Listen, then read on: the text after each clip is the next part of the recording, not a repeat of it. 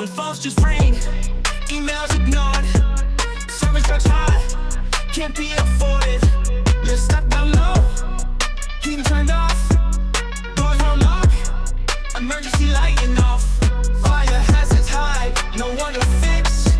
One more to say, it's the GSA way. Home damp and creaky, hedges overgrown, money's being wasted. Where did it all go? Walls start drifting, ceilings sway. It's the GSA. Hello, welcome to This is the GSA Way, episode 14, Financial Abuse. Now, like many of us GreenSquareAccord residents, in the last couple of weeks you would have received your service charge letter for this year, and thank you to everyone who has reached out and commented. I've tried sort of sending a sort of generic response to most of you. Some of you I've engaged with on a one-to-one level. Some of you have just slipped through the nets, and I'm really sorry for that. Please remember, I am a one-man show here. It is just me dealing with all of it. The good news is that the uptake in the GreenSquareAccord resident support site has gone up. Traffic is up. Support is up. People are finding us. I'm getting lots of emails from people going, wow, I wish I'd known about you last year. So it's good. We're all there. And if you can help that again by liking and subscribing, that will help other residents find. Then together we can really amplify the real voice of the customers, not that narrative that is so often pushed, flogged and sold to us by GreenSquareAccord. The letter, and this is something I wanted to cover in the last podcast and forgot all about, you will notice their latest slogan. Now let's hope that this slogan was just composed by Steve Hayes and, you know, we pay enough for him. Let's hope they didn't get an external company to come in. But their latest one is thrive at home. We thrive at home. What a shame it all comes to a grinding halt and crashing down the moment they set foot in the office.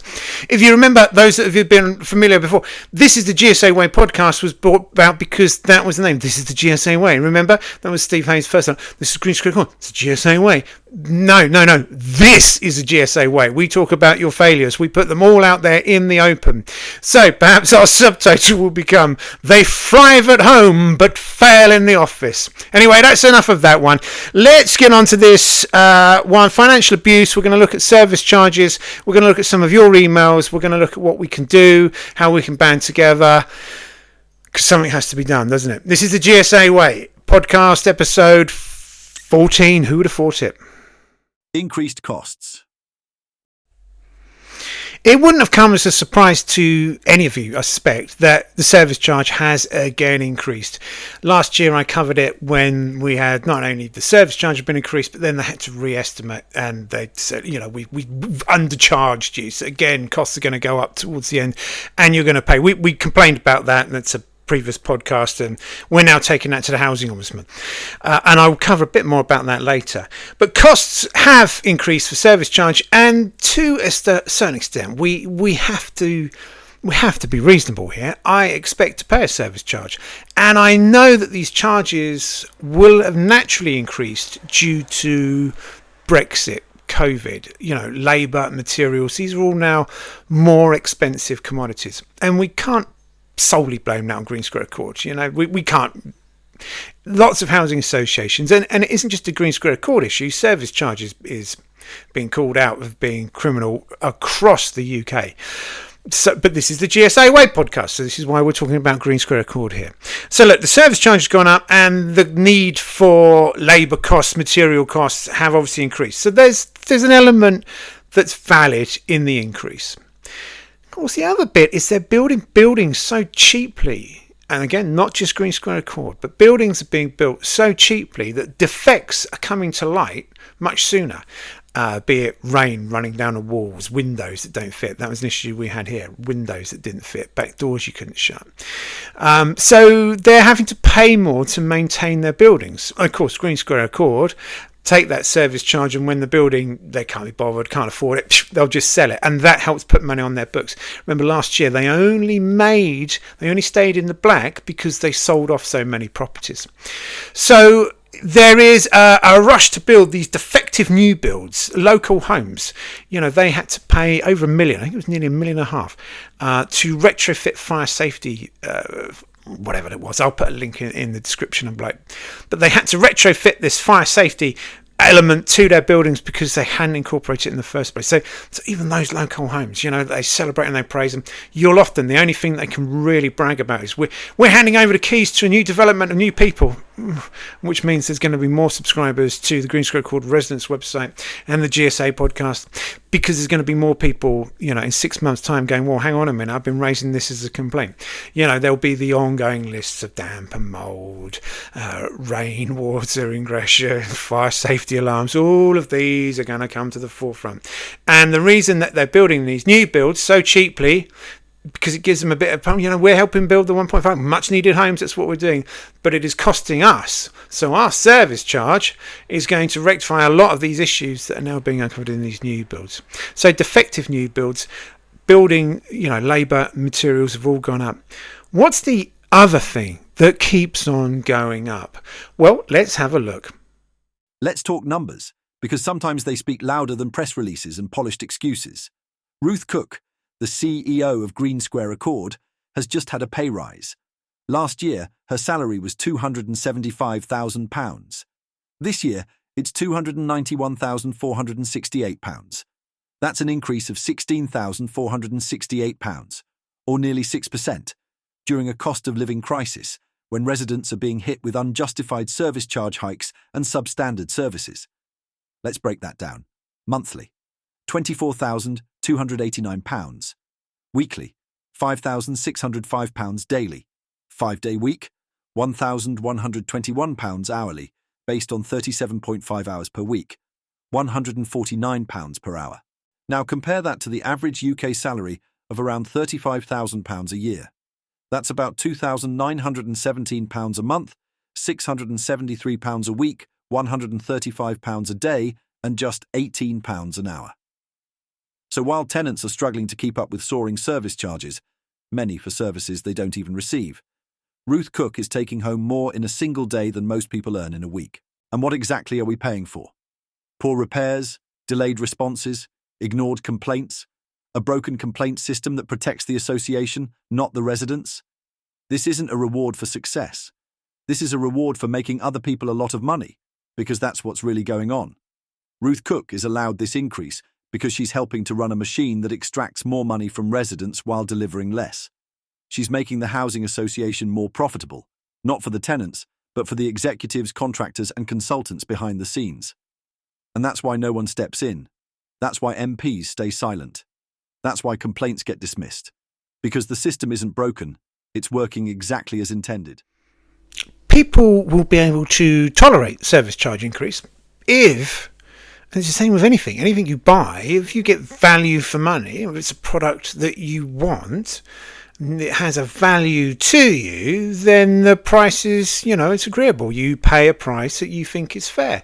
So if you want a new phone, what's your budget? And if your budget is, I've got to have the top of the range iPhone or Samsung, whatever phone you want, if you want the top of the range phone, then that's worth it to you. If you think that's worth the money, then that's what you're going to buy, and that makes it all fine. Simple economics.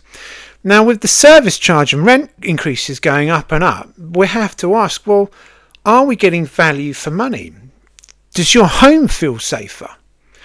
Is your home free of damp and mould? Do you feel more secure in your homes? Are there response times to your repair requests timely? Are the repairs, when they're carried out, are they of a high quality? Do you feel that you're getting value of money for the service charge? Is your home a better place because it's being managed by GreenSquareAccord, who are charging a fee that is appropriate to the service they're providing? If you can answer yes to all that, we'll turn this video off now. There's no point in you being here. You're happy to pay it. You will continue to pay your service charge. You're getting a return on your investment. You've got value for money. You're a happy customer. I know, I don't just suspect, I know that many of you do not feel this is true. And let's face it, GreenSquareAccord are wasting so much money. It's not just Ruth Cook's wages. How many other wages are being wasted? Remember, we've talked before about that sort of fat bulb in the middle management. They just pass on, do one-to-ones, they pass on Excel, no real input, no real value. And we're talking about the American government making, cutbacks to jobs. I mean, it's all in the... It's because we have to trim some of the weight. Some of these wages have to be cut back on. That's what GreenSquareAccord needs to be considering. And the senior team, they need to be bringing value for money. And we've already gone ad nauseum about those who aren't. Legal fees. They are using legal fees, which is great for their legal contractors, their solicitors and lawyers. They'll keep, throwing at us, let's go to court, let's send this letter, let's do that, let's threaten that, let's close down this, let's, use our legal powers. That all comes at a cost to GreenSquareAccord, who pass that on to you and I.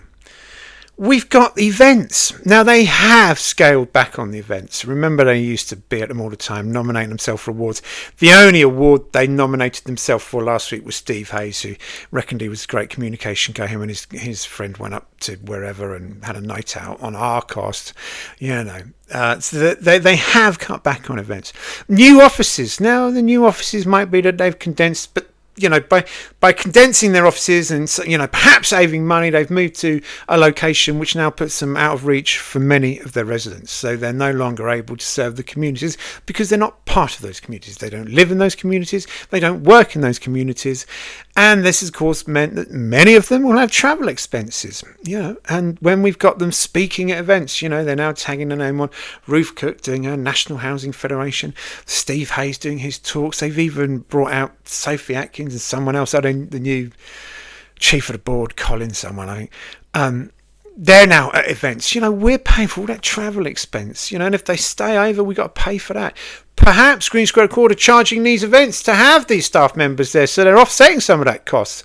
Unlikely. What we need them is bringing value for money in the office that they work, and perhaps we need to have them back in our communities so we can see tangible benefits, so they can come out, they can be part of that community, they can fix things, they can engage with residents, which is something that just hasn't. So, are you, as a resident of GreenSquareAccord, receiving value for money for the service charge and rent that you pay? What can we do? So you, as a resident, you've received this letter and you think, well, I don't think it's fair. It's reasonable. I don't think I should be paying your membership to the Child Institute of Housing or the National Housing Federation. I don't see any value for money from these people who are profiting from not-for-profit. And while we're on that subject, the Chartered Institute of Housing provides a valid purpose in that it provides a qualification. So perhaps it should focus on that instead of all of the events where people pay to promote themselves. They pay to be at these events and sponsor them.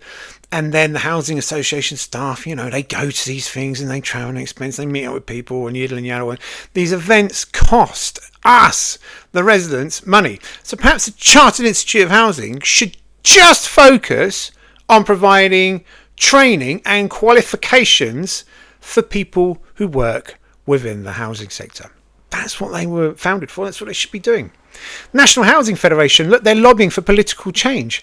But if you don't feel that political change is going in the way that you think is correct, if you've got someone, and we have, Ruth Cook, sat on the board of the National Housing Federation.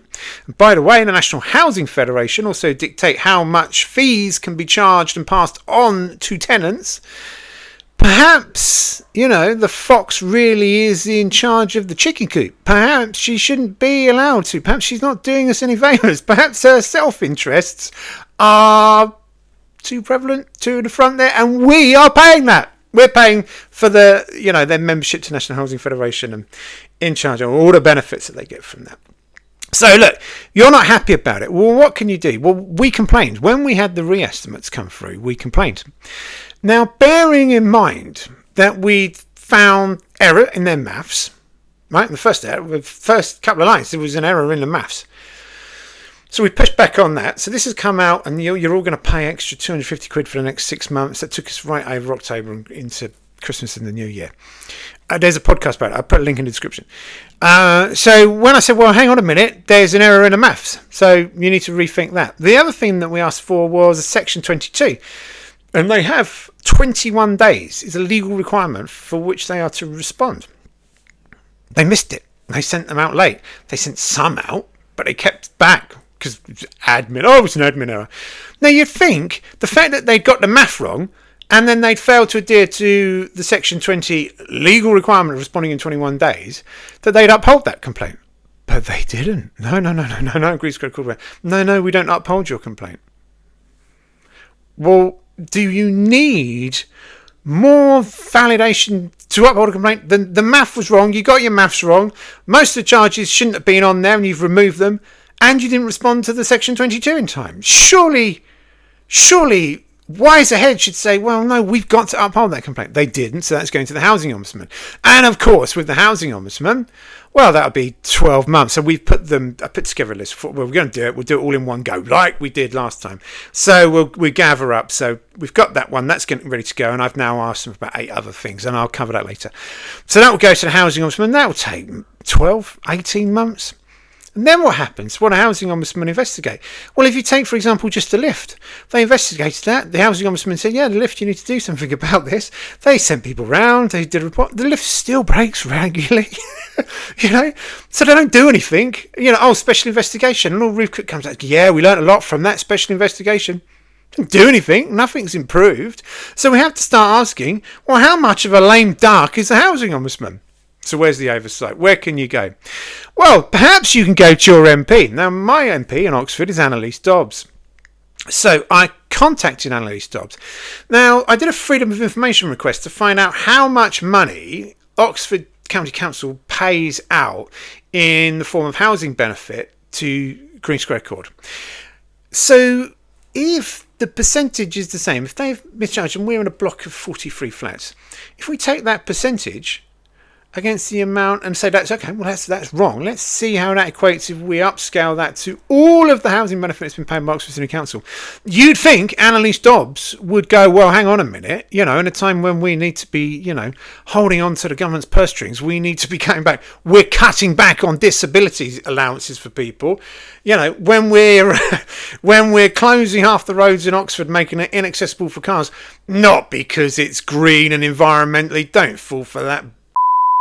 They close down the roads because there's less traffic going through them. There'll be less potholes. It will save money. It's a money-saving scheme. It's nothing to do with environmental. In fact, the fact that you've got traffic now queuing up and blocking the major arteries into Oxford has, of course, it's not an environment issue. It's a money-saving. So you think Annalise Dobbs would have a vested interest? Well, let's have a look at the email exchange between myself, the office of Annalise Dobbs, who was away somewhere else, doing some good for someone. This started when she was part of the cabinet. She's now come back and quit the cabinet. Again, don't believe the hype. She hasn't quit the cabinet because of their costs to whatever it was. What did she say it was now? Budget cuts for something. She hasn't done that. She was a prominent star within the Labour government before they got elected. And now they've come in, she's kind of been put on a back seat, and it's all Angela Rayner and Keir. So, look, she's quit the cabinet, but she's still our MP.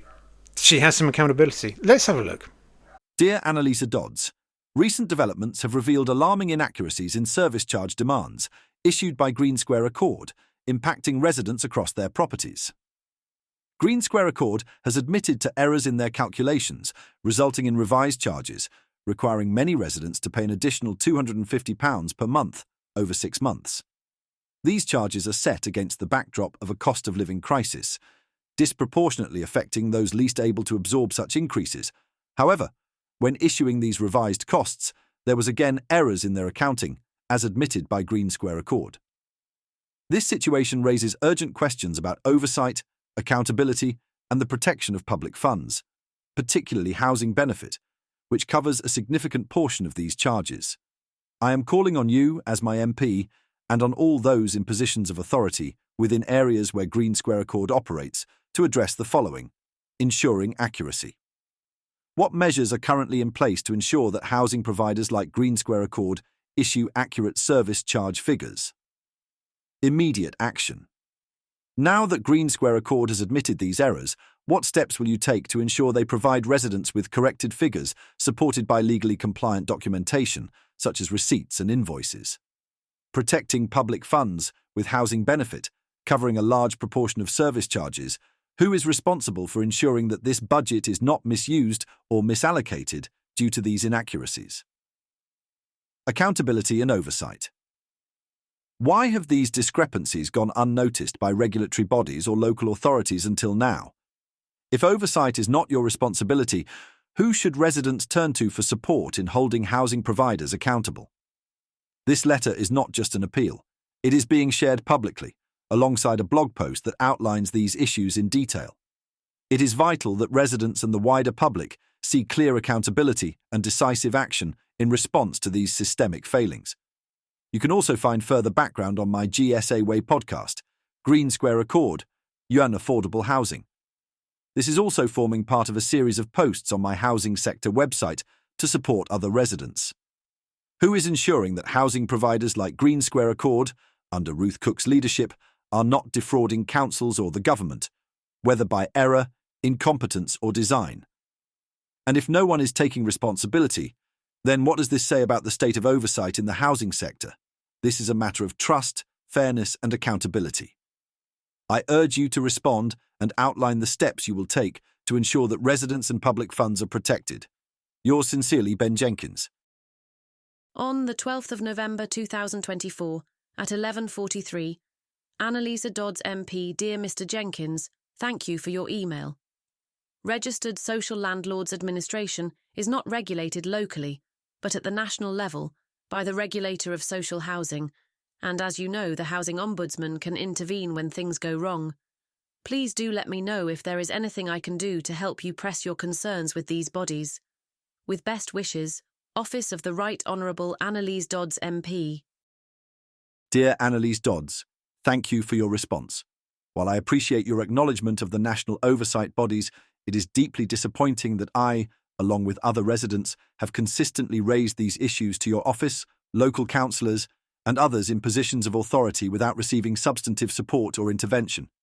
As you are well aware, I have repeatedly highlighted serious failings by GreenSquareAccord, including unsafe homes, damp and mould, leaks, fire safety hazards, and more. Despite bringing these to your attention, the response from your office has been, at best, passive. For my efforts to advocate for residents, I have faced significant backlash, including being taken to court twice, arrested at my home, harassed, losing earning opportunities, and being slandered. Both court cases resulted in strong criticism of GreenSquareAccord by the judges, citing the waste of funding and inappropriate actions. The police case was dropped due to GreenSquareAccord's inability to provide evidence to support their claims.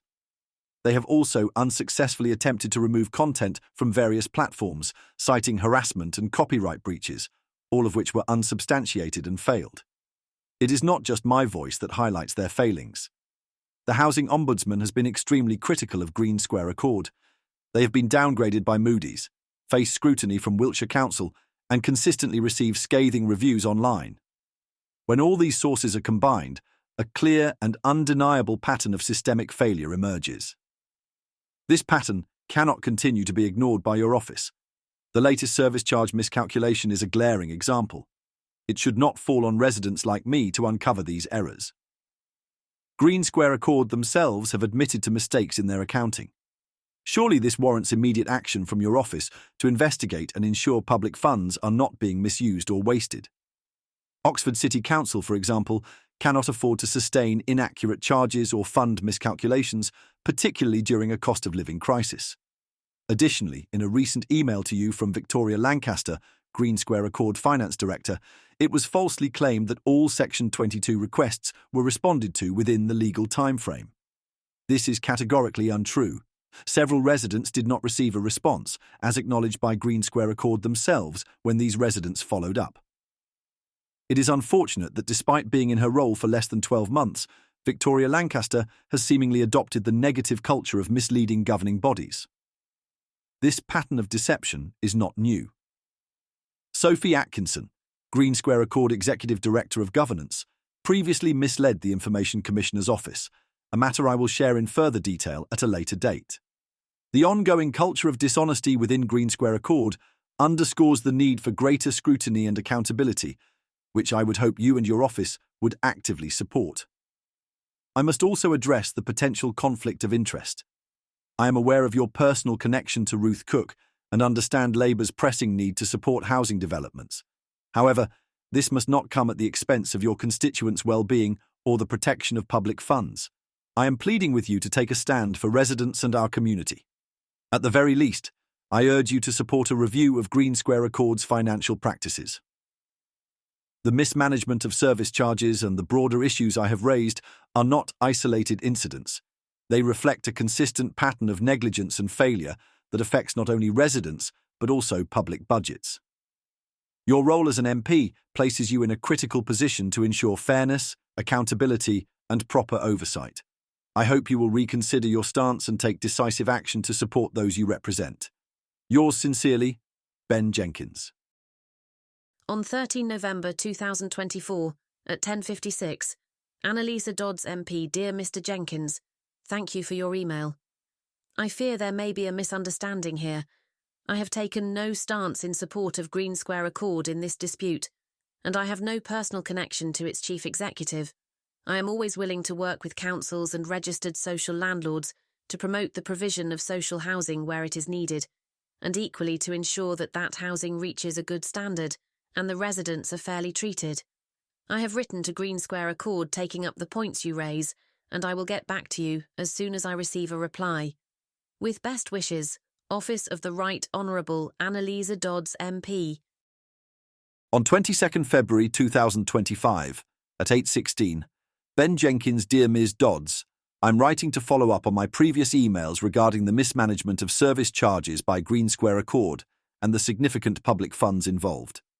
To date, I have not received a response addressing these concerns from you, and I must again request an update given the substantial financial implications. Total housing benefits paid to GreenSquareAccord from Oxford City Council. Information obtained via a Freedom of Information request. 1st April 2023 to 31st March 2024, 2,696,311.77. 1st April 2022 to 31st March 2023, £2,600,539.36 on the 1st of April 2021 to the 31st of March 2022, £1,144,373.08. GreenSquareAccord has now failed to uphold a complaint concerning incorrect service charge recalculations at Maureen Christian House, Oxford. The miscalculations included: their calculations contain errors, the inclusion of items that should not have been charged, charges that legally required a Section 20 consultation which was not conducted, a failure to respond to a Section 22 request within the legal timeframe. Given these serious procedural failings, I must ask once again, has your office investigated this issue? Have you received a response from GreenSquareAccord regarding these complaints? Will you now escalate this matter to ensure Oxford City Council's budget is protected? Furthermore, you were asked to share the email you had sent to GreenSquareAccord and any response you received. As transparency is critical in this matter, I kindly request that you provide this correspondence. Oxford City Council, residents and taxpayers deserve accountability. This is not a minor dispute. It is a matter of financial integrity and legal compliance. Action must be taken to prevent further mismanagement and potential misuse of public funds. Due to your lack of response regarding this matter, I am also sharing this email online to ensure transparency and accountability. I look forward to your urgent response. Best regards, Ben Jenkins. On 18 March 2025, at 16:46, Annalisa Dodds MP, Dear Ben, we are chasing up a reply from GreenSquare and will let you know when a reply is received. Best wishes, Susie Senior Caseworker. Where can we go? What can we do? In all honesty, it doesn't seem like there's much we can do. And the housing associations know this. Ruth Cook knows this. There are lots more people withholding service charge. Now, I'm not recommending and suggesting that you should do this. I'm suggesting that you should consider it. I'm suggesting you should look into it. And you can do that by going to the SHAC website. The brothers and sisters at SHAC, power to you guys. They are doing lots and lots of work and supporting people and sharing information and getting into the local national press. They really are driving that one. Get yourself over to SHAC. There is safety in numbers. It's interesting to see that more and more court cases are being won by residents who have withheld service charge payment. And I think the sector is very nervous about this. They know they can't keep exploiting it. They can't keep exploiting us, the residents, by increasing service charges and just expecting us to pay. And there's a percentage that they're allowed to increase it year on year on year, and they're pushing the very limits of that. But the fact that you're not getting value for money, that they're not maintaining your buildings, your communal areas, your grounds, the fact that they're not responding to your complaints in time, the fact that GreenSquareAccord can't even respond to a Section 22 in time, the fact that they're being mismanaged and have been mismanaged, and it's an absolute disaster. Let's boil it down. GreenSquareAccord are a disaster, and we fund them to fail. Get yourself over to Shack. There'll be plenty of links. I'll put up a QR code, so you've got that there. It's a QR code if you can scan that. If you're listening to this on audio, and by the way, I'm amazed how many of you do listen to these on audio. I created these and the Housing Sector podcast as sort of video things. I didn't think people would be listening to them, but congratulations. If you're walking your dog now, hello! And thank you for listening. So there's QR codes, there'll be descriptions in there. Get yourself over to Shack. Safety in numbers. It will be something that we'll be covering more of on the Housing Sector podcast. I'm arranging a conversation with someone who is withholding service charge and seems to be winning the fight. So I'll put that over, and there'll be all links and it'll be publicised. Stay strong, stay together. We outnumber them. It's going to take collective action. It takes all of us together. So please share this video, and it helps me, it helps the channel. That's all great, and obviously I want you to like and subscribe, and the more viewers we can get, the more we're getting out there. That's great. Thank you. But it also helps other people who feel alone, people who feel isolated, people who are trapped in their homes that they can't afford, and they're having to take out bank loans to pay their service charge. They're stuck, they're on their own. Share this. Let's get this out. Let's get as many of us together. Let's get ourselves over. Look, have a look for Shack. Make your own opinions. Make your own decisions. Have a look. But don't suffer alone. And if you know someone who's suffering, please share the contact details. I will be, over the next week, responding more and more to the emails, certainly some that we've mentioned within this podcast, and I'll be reaching out to as many of you as I can. I am taking a week off for the first week in April because I need to go away and walk on beaches in Wales and relax and recharge. It's been a long time coming. So I'm going to be taking a week off in the first week of April, but there's content to go up. The more of us that stand together, the stronger we are. Let's say no. Enough's enough. We can't afford it, and we're not getting a return on our value. If you're a shared ownership, you own 25, 50, 75% of your flat. GreenSquareAccord are responsible. If they're not maintaining their bit, that is having a negative impact on your investment, your home, our homes. And if the government has a look at the figures and goes, well, hang on a minute, we're paying far too much in service charge, perhaps they can reinstate some of those disability benefits for people who are struggling and actually can't afford it, and stop just giving it away to Ruth Cook willy-nilly. Anyway, that is the GSA podcast number 14, Financial Abuse. Stay strong, stay together. If you need anything, let me know. Bye-bye. Customer ignored, never get the say. Never get this. One more